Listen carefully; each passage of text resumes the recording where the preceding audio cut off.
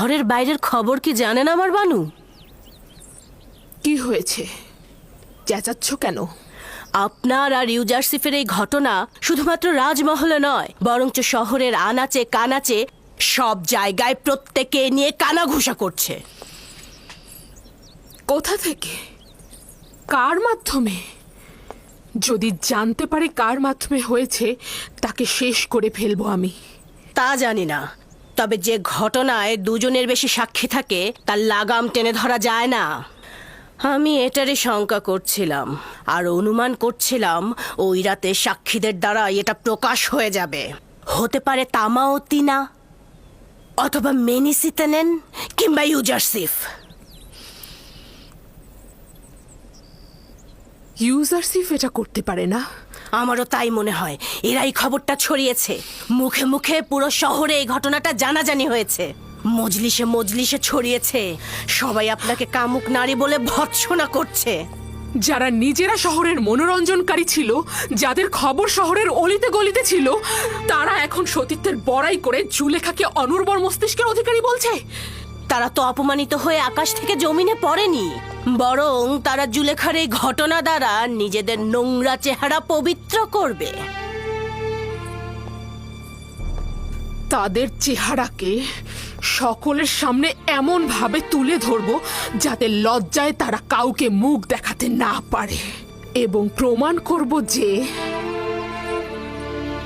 যদি তাদের মধ্য থেকে একটি নারীও আমার জায়গায় থাকতো, তাহলে এর থেকেও ঘৃণ্য অবস্থায় পতিত হতো। খবরটি এমনকি প্রধান খাদেম অজ্ঞামোহরের কাছে পৌঁছেছেন এবং তিনি অত্যন্ত রেগে গেছেন।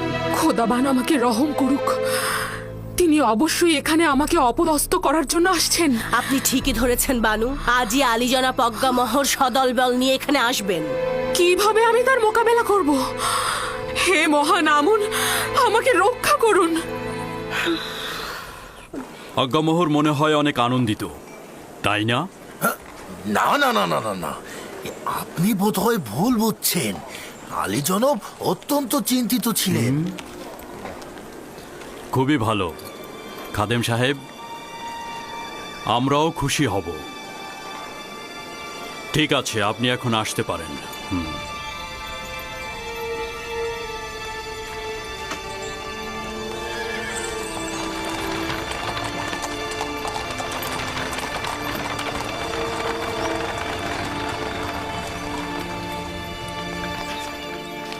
আমি তো এবাদতখানার খাদেম স্বার্থবাদী আজ্ঞামোহর বিরোধী। এখন বাধ্য হব তাকে রাজমহলে সাদরে গ্রহণ করতে। ইচ্ছে না থাকা সত্ত্বেও তাকে সহ্য করতে হবে। যদি তোমার তরফ থেকে ভুল না হতো, তাকে কঠিন শাস্তি পেতে হতো। তুমি আমার সহধর্মিণী না হলে এতক্ষণে তোমাকে জল্লাদের কাছে যেতে হতো। কিন্তু কি করব, তুমি তো আমুনেরও স্ত্রী। তুমি আমুনের খেয়ানত করার ইচ্ছা করেছিলে, অবশ্যই তার জন্য কোরবানি দিবে এবং তার সামনে নিজের অপরাধ স্বীকার করে নিবে।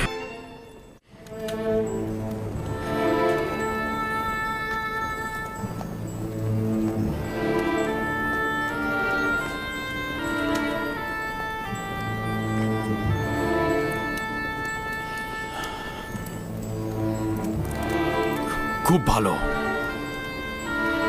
খুব ভালো। আমি তোমাকে ক্ষমা করে দিলাম।